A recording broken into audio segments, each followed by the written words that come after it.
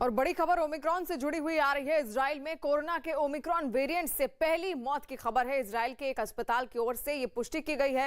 मृतक पहले से कई गंभीर बीमारियों से पीड़ित था। जो हफ्ते पहले ओमिक्रॉन मरीज को कोरोना वायरस वार्ड में भर्ती भी किया गया था। अब इजराइल सरकार तेजी से फैलने वाले इस वेरिएंट को रोकने के लिए सख्ती लागू करने का विचार कर रही है। इजराइल में ओमिक्रॉन वेरिएंट से बचने के लिए लोगों को बूस्टर डोज भी लगाई जा रही है। हालांकि इसके बाद भी खतरा बना हुआ है। इजराइल में ये पहली मौत है ओमिक्रॉन से। एक मरीज संक्रमित था, इससे पहले भी इसको कई तरीके की बीमारियां थी। और ओमिक्रॉन से जुड़ी एक और बड़ी खबर आ रही है। ओमिक्रॉन वेरिएंट अब 106 देशों में पहुंच चुका है। ये कहना है विश्व स्वास्थ्य संगठन का, यानी कि WHO का। WHO की रिपोर्ट के मुताबिक ओमिक्रॉन वेरिएंट तेजी से बढ़ रहा है और इसका खतरा भी बढ़ता जा रहा है। ब्रिटेन और दक्षिण अफ्रीका में ओमिक्रॉन तेजी से बढ़ रहा है। और देश क्रिसमस और न्यू ईयर के जश्न की तैयारी कर रहा है, लेकिन देश में कोरोना वायरस के नए वेरिएंट ओमिक्रॉन के मामले लगातार बढ़ते जा रहे हैं। केंद्रीय स्वास्थ्य मंत्रालय ने राज्यों को अलर्ट किया है कि वो ओमिक्रॉन को लेकर सचेत रहें, क्योंकि ये वेरिएंट 3 गुना ज्यादा तेजी से फैल रहा है। इसके साथ ही केंद्र ने राज्यों को वॉर रूम एक्टिव करने के लिए भी कहा है। केंद्रीय स्वास्थ्य मंत्रालय ने कोरोना के बढ़ते केस का विश्लेषण करने के लिए कहा है। साथ ही जिला स्तर पर सक्रिय कार्रवाई करने को भी कहा गया है। भारत में अब तक ओमिक्रॉन के 216 मामले सामने आ चुके हैं। मंगलवार को महाराष्ट्र, ओडिशा और जम्मू कश्मीर में नए मामलों की पुष्टि हुई है। इस तरह ओमिक्रॉन अब तक 13 राज्यों में फैल चुका है। भारत में ओमिक्रॉन का पहला केस 3 दिसंबर को आया था। और दुनिया में तेजी से फैल रहे ओमिक्रॉन वेरिएंट की रफ्तार भारत में भी तेज हो गई है। महाराष्ट्र में मंगलवार को ओमिक्रॉन के 11 नए मामले सामने आए, जिसके चलते यहां इस वेरिएंट के कुल मामलों की अब संख्या बढ़कर 65 हो गई है। राज्य के स्वास्थ्य विभाग ने ये जानकारी दी है। स्वास्थ्य विभाग ने कहा है कि नेशनल इंस्टीट्यूट ऑफ वायरोलॉजी की रिपोर्ट के मुताबिक राज्य में 11 और लोग कोरोना वायरस के ओमिक्रॉन वेरिएंट से संक्रमित पाए गए हैं। 11 मरीजों में 3 बच्चे हैं, जिनकी उम्र 18 से कम है। पूरे देश में एक दिन का अब तक का सबसे बड़ा आंकड़ा है।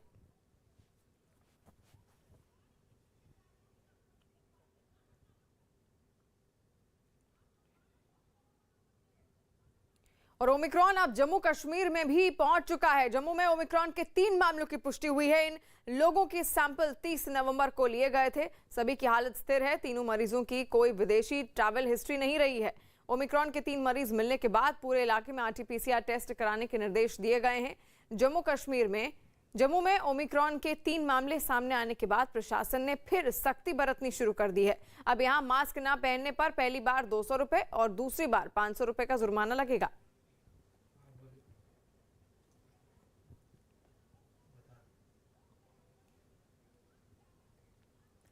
और सरकार के पैनल के मुताबिक फिलहाल बच्चों को कोरोना वैक्सीन लगाने की कोई जरूरत नहीं है, क्योंकि सरकार को वैक्सीनेशन पर सलाह देने वाले panel national technical advisory group of immunisation in India ने जो रिपोर्ट सौंपी है, उसके मुताबिक बच्चों को कोरोना से खास खतरा नहीं है और फिलहाल उन्हें वैक्सीन लगाने की जरूरत भी नहीं है।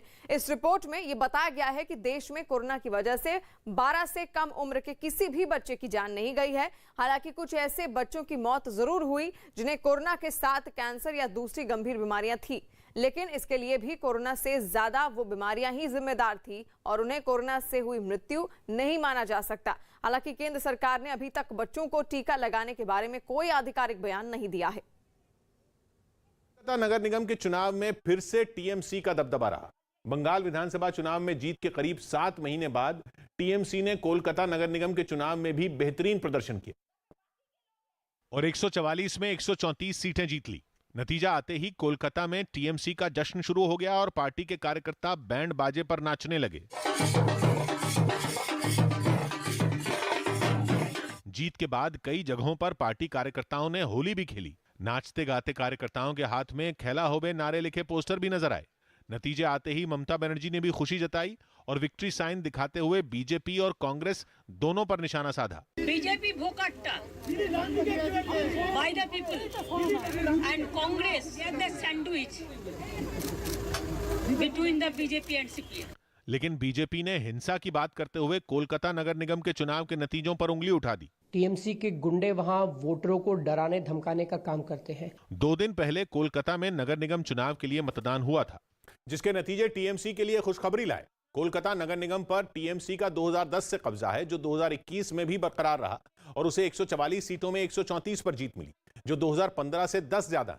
2015 के कोलकाता नगर निगम के चुनाव में टीएमसी को 124 सीटों पर जीत हासिल हुई थी। इस बार के चुनाव में टीएमसी को 134 और बीजेपी को 3 सीटों पर जीत मिली। बीजेपी को इस बार पिछले चुनाव से 2 सीटें कम मिली। 2015 में बीजेपी 5 सीटों पर जीती थी। इस बार के चुनाव में कांग्रेस और लेफ्ट का प्रदर्शन भी कुछ खास नहीं रहा। कांग्रेस और लेफ्ट दोनों के खाते में 2-2 सीटें आईं, जबकि 1 सीट निर्दलीय को मिली। उत्तर प्रदेश के चुनावी रण में सभी पार्टियों के दिग्गज नेता उतर रहे हैं। केंद्रीय गृह मंत्री और बीजेपी के अहम रणनीतिकार अमित शाह भी यूपी में डेरा जमाने जा रहे हैं। मिशन 2022 को रफ्तार देने के लिए अगले 10 दिनों में 7 बार यूपी जाएंगे। शाह बीजेपी की जन विश्वास यात्रा में शामिल होंगे और 4 जनवरी तक यूपी दौरे पर रहेंगे। इस दौरान अमित शाह 21 सभा 3 रोड शो भी करेंगे। 21 सभाओं में 140 विधानसभा क्षेत्रों को कवर करेंगे। इस दौरान शाह की अयोध्या, गोरखपुर, बरेली में वो रोड शो करेंगे। अयोध्या में रोड शो से पहले रामलला के दर्शन भी करेंगे। और यूपी की तरह ही उत्तराखंड में भी बीजेपी नेतृत्व ने पूरी ताकत झोंक दी है। बीजेपी का शीर्ष नेतृत्व एक-एक कर उत्तराखंड चुनाव प्रचार में उतर रहा है।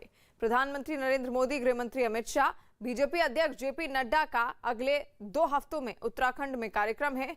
सबसे पहले जेपी नड्डा 26 दिसंबर को पहुंच रहे हैं और 30 दिसंबर को पीएम नरेंद्र मोदी पहुंच रहे हैं और फिर 1 जनवरी को गृह मंत्री अमित शाह कुमाऊं पहुंच रहे हैं।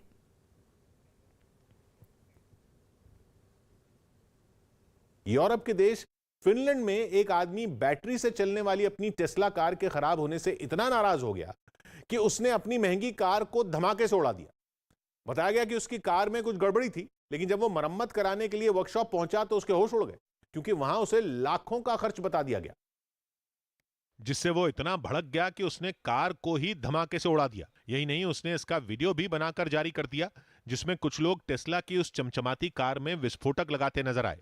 कार का कोई हिस्सा सलामत न बचे, इसके लिए करीब 30 किलो विस्फोटक का इस्तेमाल किया गया। कार मालिक का गुस्सा इतना ज्यादा था कि उसने कार बनाने वाली कंपनी टेस्ला के मालिक इलॉन मस्क को भी नहीं छोड़ा। एक हेलीकॉप्टर से इलॉन मस्क का पुतला नीचे गिराया गया। बाद में इस पुतले को भी विस्फोटकों से लदी कार में रख दिया गया। फिर जैसे ही काउंटडाउन खत्म हुआ, उस आदमी ने रिमोट का बटन दबा दिया। पलक झपकते ही उस कार के परखचे उड़ गए। कार मालिक ने बताया कि करीब 1500 किलोमीटर चलने के बाद ही उसकी कार बंद हो गई, लेकिन जब वो उसे लेकर वर्कशॉप पहुंचा तो वहां ठीक करने के बदले 20,000 यूरो यानी भारतीय रुपयों में करीब 17 लाख रुपए मांगे गए, जिसके बाद उस आदमी ने इतना पैसा खर्च करने के बजाय कार को उड़ा देना ही बेहतर समझा। हालांकि इसके लिए भी उसने अच्छी खासी रकम खर्च की। यूपी के पूर्व मुख्यमंत्री अखिलेश यादव पिछले कई दिनों से चुनावी मैदान में डटे हुए हैं। न्यूज 18 से बातचीत में अखिलेश यादव ने लड़कियों की शादी की उम्र बढ़ने के फैसले की तारीफ की है, तो आरएसएस प्रमुख मोहन भागवत के साथ मुलायम सिंह की तस्वीर पर जवाब भी दिया है। मेरे साथ हैं समाजवादी पार्टी के राष्ट्रीय अध्यक्ष अखिलेश यादव। अखिलेश जी, जिस तरीके से आप प्रचार कर रहे हैं, भीड़ उमड़ रही है, प्रधानमंत्री कह रहे हैं कि फिर से अगर पिछली सरकार वापस आई तो सड़क पर गुंडा राज दिखेगा और उसी को लेकर प्रचार प्रसार किया जा रहा है। सबसे पहली बात है कि उत्तर प्रदेश के मुख्यमंत्री जी, उन्हें ये तय करना चाहिए कि उत्तर प्रदेश में माफिया कौन है और उन्हें उत्तर प्रदेश के सभी माफियाओं की सूची जारी करनी चाहिए और मुख्यमंत्री जी को ये बताना चाहिए मुख्यमंत्री बनने से पहले उनके ऊपर कितने मुकदमे थे, उनके सहयोगी डिप्टी सीएम उन पे मुकदमे कितने थे। आज सबसे ज्यादा अपराधियों को कोई संरक्षण दे रहा है तो वो भारतीय जनता पार्टी है। बाल विवाह कानून को लेकर आज संसद में पेश किया गया, 21 की सीमा की गई और कहा गया हम महिलाओं के साथ न्याय कर रहे हैं, जो अब महिलाएं पढ़ सकेंगी, नौकरी कर सकेंगी। न केवल 21 बल्कि महिलाओं के लिए अच्छी बात है कि महिलाओं की मांग थी और बहुत सारे संगठन ये चाहते थे कि महिलाओं की और बेटियों की उम्र 21 हो, वहीं वो अपने पैरों पे खड़े हो जाएं, समाज में सम्मान हो, उनको रोजगार का अवसर कब मिलेंगे।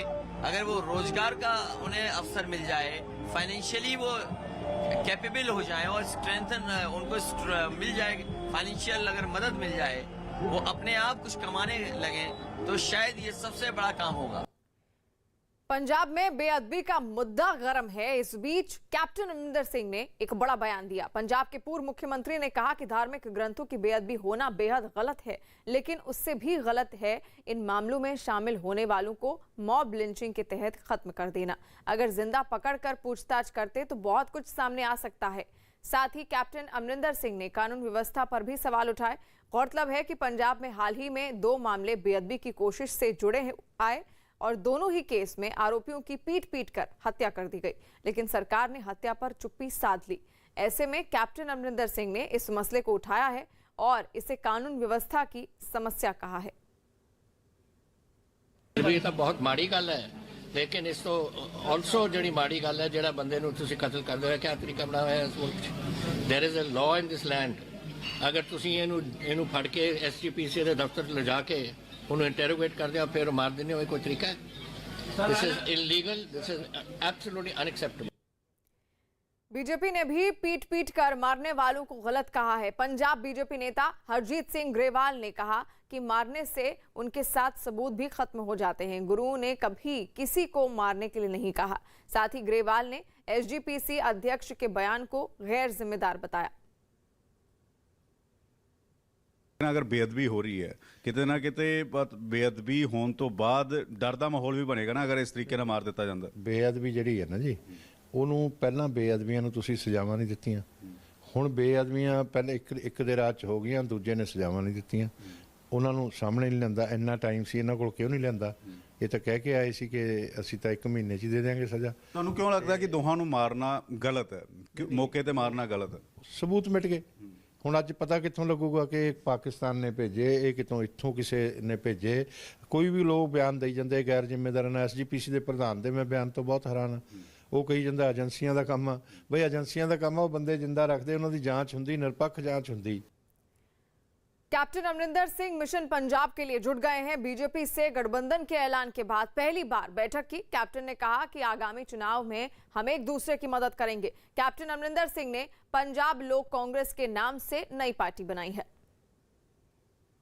शेखावत जी बैठेंगे साडे नाल और असीं उन्हां नाल, और फिर सीट टू सीट साडा एक फैसला अपना होया कि असीं विनेबिलिटी रखांगे कि जेड़ी सीट ते कोई भी जितदा होए दूसरियां पार्टियों ने।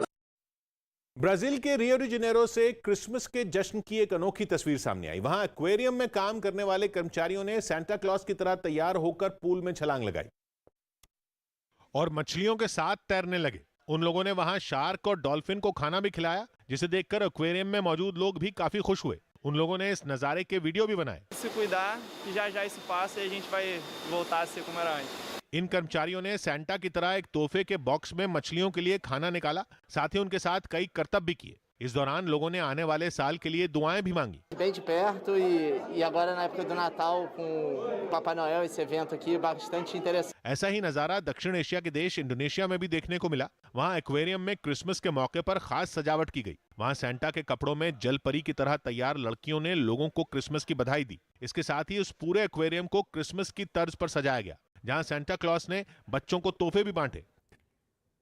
पंजाब के पूर्व कैबिनेट मंत्री गुरमीत सिंह सोढ़ी बीजेपी में शामिल हो गए हैं। सोढ़ी फिरोजपुर की गुरसहाय सीट से 4 बार के विधायक हैं। चन्नी कैबिनेट में जगह ना मिलने से नाराज थे। कैप्टन अमरिंदर सिंह के खास लोगों में वो शामिल रहे हैं। पिछले 40 साल से कांग्रेस में वो थे।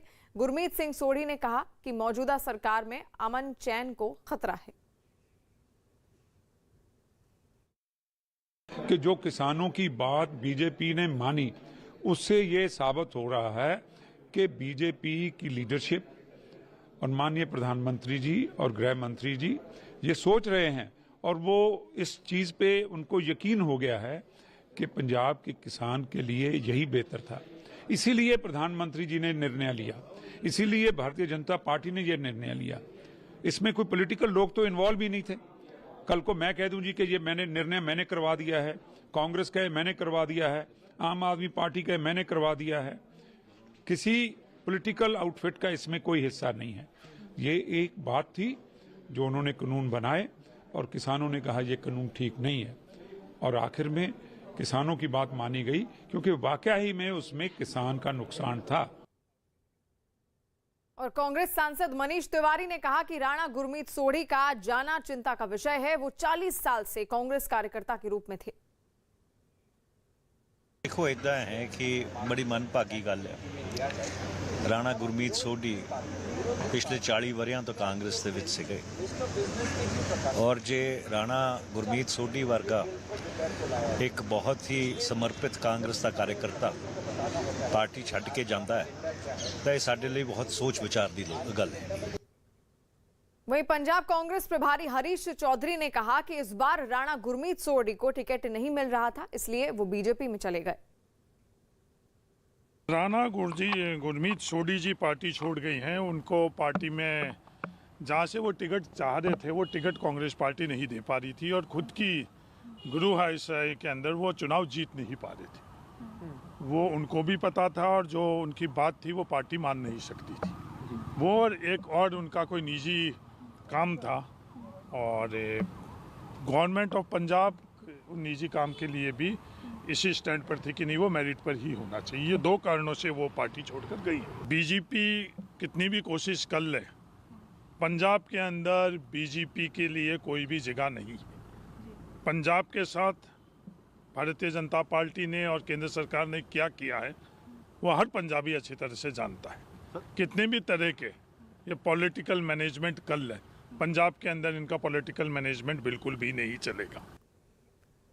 तो पंजाब में लगातार सियासी उथल पुथल मचती हुई दिख रही है और अब पंजाब में विधानसभा चुनाव भी होने वाले हैं। ऐसे में तमाम ऐसे कई कांग्रेस के नेता हैं जो उस वक्त पार्टी छोड़कर बीजेपी में शामिल हो रहे हैं। उसमें एक नाम राणा गुरमीत सिंह सोढ़ी का भी है, जो 4 बार से लगातार विधायक रहे हैं। गुरु सहाय सीट से वो 4 बार विधायक लगातार रहे हैं। चन्नी कैबिनेट में उनको जगह नहीं मिली, जिसकी वजह से उनकी नाराजगी साफ जाहिर हो रही थी और आखिरकार उन्होंने कांग्रेस छोड़ने का फैसला लिया।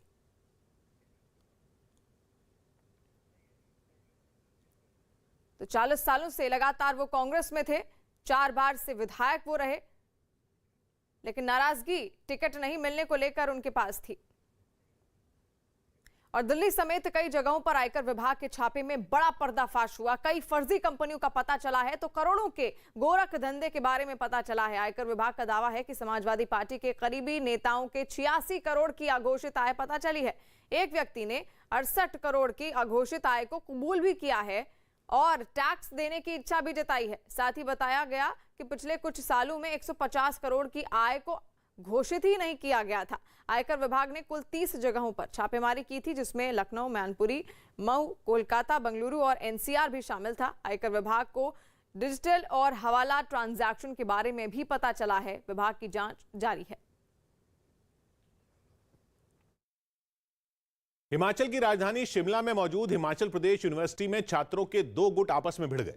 बीजेपी के छात्र संगठन एबीवीपी पर आरोप लगा कि उन्होंने यूनिवर्सिटी में प्रदर्शन कर रहे लेफ्ट के छात्र संगठन एसएफआई के कुछ छात्रों से धक्का मुक्की की, जिसके बाद वहां जबरदस्त मारपीट मच गई। हाथापाई से नौबत हथियारों तक आ गई। वहां से आए एक वीडियो में एक लड़का हाथ में धारदार हथियार लहराता दिखाई दिया, जिसके बाद दोनों ही तरफ के लोगों ने एक दूसरे को जमकर पीटा।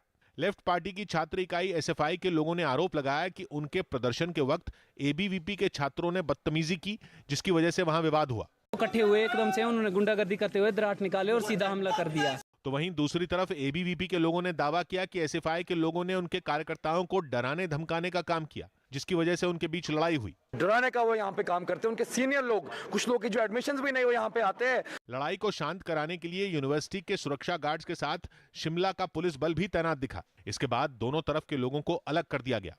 हालांकि उसके बाद भी कैंपस में काफी देर तक नारेबाजी जारी रही।